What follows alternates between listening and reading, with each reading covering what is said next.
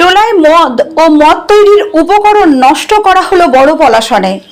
মেমারি থানার পুলিশ ও আবগারি দপ্তরের যৌথ অভিযান চালিয়ে মদ তৈরির উপকরণ নষ্ট করল বুধবার সকালে।